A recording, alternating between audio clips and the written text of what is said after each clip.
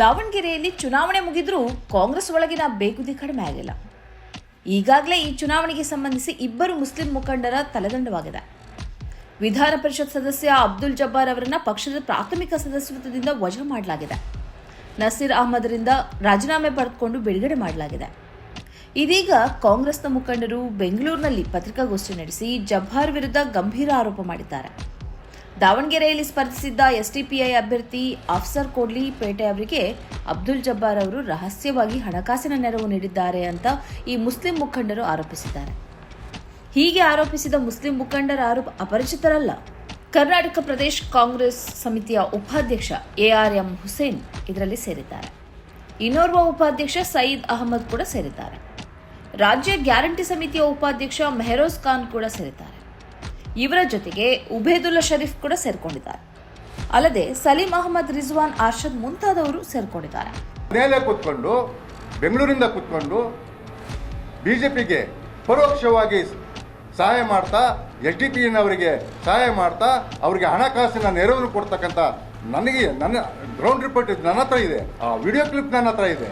ಅಬ್ದುಲ್ ಜಬ್ಬಾರ್ ಅವರು SDPI ಅಭ್ಯರ್ಥಿಗೆ ಹಣಕಾಸು ನೆರವು ನೀಡಿರುವುದಕ್ಕೆ ನಮ್ಮಲ್ಲಿ ದಾಖಲೆಗಳಿವೆ. KPCC ಅಧ್ಯಕ್ಷ DK ಶಿವಕುಮಾರ್ ಅವರಿಗೆ ಈ ದಾಖಲೆಗಳನ್ನು ನೀಡಿ ಆ ಬಳಿಕ ಬಹಿರಂಗಪಡಿಸುತ್ತೇವೆ ಎಂದು ಸುದ್ದಿಗೋಷ್ಠಿಯಲ್ಲಿ ಈ ನಾಯಕರು ಹೇಳಿದ್ದಾರೆ.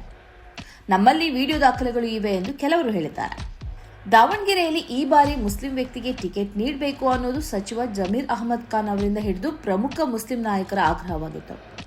ಕ್ಷೇತ್ರದ ಅಭ್ಯರ್ಥಿಯಾಗುವುದಕ್ಕೆ ಅಬ್ದುಲ್ ಜಬ್ಬಾರ್ ಅವರು ಇಚ್ಛೆ ವ್ಯಕ್ತಪಡಿಸಿದ್ರು. ಆದರೆ ಕಾಂಗ್ರೆಸ್ ಇದನ್ನು ಮಾನ್ಯ ಮಾಡಲಿಲ್ಲ. ಶಾಮನೂರು ಶಿವಶಂಕರಪ್ಪ ಅವರ ಮೊಮ್ಮಗ ಸಮರ್ಥ್ ಶಾಮನೂರು ಅವರಿಗೆ ಟಿಕೆಟ್ ನೀಡಿತು. ಇದು ಕಾಂಗ್ರೆಸ್ನ ಮುಸ್ಲಿಂ ನಾಯಕರಲ್ಲಿ ಮತ್ತು ಮುಸ್ಲಿಂ ಸಮುದಾಯದಲ್ಲೂ ವಿರೋಧಕ್ಕೆ ಕಾರಣವಾಯಿತು. ಮುಸ್ಲಿಮರನ್ನ ಕಾಂಗ್ರೆಸ್ ಬಳಸಿ ಬಿಸಾಡ್ತಾ ಇದೆ, ಎಸಿತಾ ಇದೆ, ಅವರಲ್ಲಿ ನಾಯಕತ್ವವನ್ನು ಬೆಳೆಸುವುದಕ್ಕೆ ಅದು ಮುಂದಾಗ್ತಾ ಇಲ್ಲ ಎಂಬೆಲ್ಲ ಆರೋಪಗಳು ಕೇಳಿಬಂದವು. ಅಬ್ದುಲ್ ಜಬ್ಬಾರ್ ಮತ್ತು ನಸೀರ್ ಅಹಮದ್ ಅವರು ಕ್ಷೇತ್ರದ ಪ್ರಚಾರದಲ್ಲೂ ಭಾಗಿಯಾಗಲಿಲ್ಲ. ಕ್ಷೇತ್ರದ ಚುನಾವಣಾ ಫಲಿತಾಂಶ ಇನ್ನೂ ಬರದೇ ಇದ್ರೂ ಕಾಂಗ್ರೆಸ್ ಬಹಳ ಕ್ಷಿಪ್ರವಾಗಿ ಮುಸ್ಲಿಂ ಮುಖಂಡರ ತಲೆದಂಡ ಪಡೆದಿದೆ.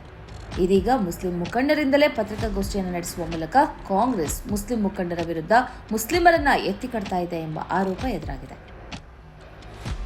ಸುದ್ದಿಗೋಷ್ಠಿ ನಡೆಸಿದ ಮುಸ್ಲಿಂ ಮುಖಂಡರನ್ನ ಕಾಂಗ್ರೆಸ್ನ ಹೈಕಮಾಂಡ್ ದಾಳವಾಗಿ ಬಳಸ್ತಾ ಇದೆ. ಇದು ಮುಸ್ಲಿಂ ಮುಖಂಡರ ನಡುವೆ ಘರ್ಷಣೆಯನ್ನು ಹುಟ್ಟುಹಾಕುವ ತಂತ್ರ ಎಂಬ ಆರೋಪ ಕೇಳಿಬಂದಿದೆ. ಅಂತೂ ದಾವಣಗೆರೆಯ ಉಪಚುನಾವಣೆಯು ಕಾಂಗ್ರೆಸ್ ಪಕ್ಷದ ಹೈಕಮಾಂಡ್ಗೆ ಬಿಸಿ ತುಪ್ಪವಾಗಿದೆ.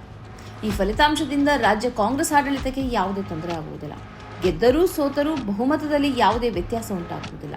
ಆದರೆ ಮುಸ್ಲಿಂ ಸಮುದಾಯದ ಮೇಲೆ ಗಾಯ ಉಂಟು ಮಾಡಿದ ಉಪಚುನಾವಣೆ ಎಂಬ ನೆಲೆಯಲ್ಲಿ ಈ ಚುನಾವಣಾ ಫಲಿತಾಂಶ ಪ್ರಾಮುಖ್ಯತೆಯನ್ನು ಪಡೆಯಲಿದೆ.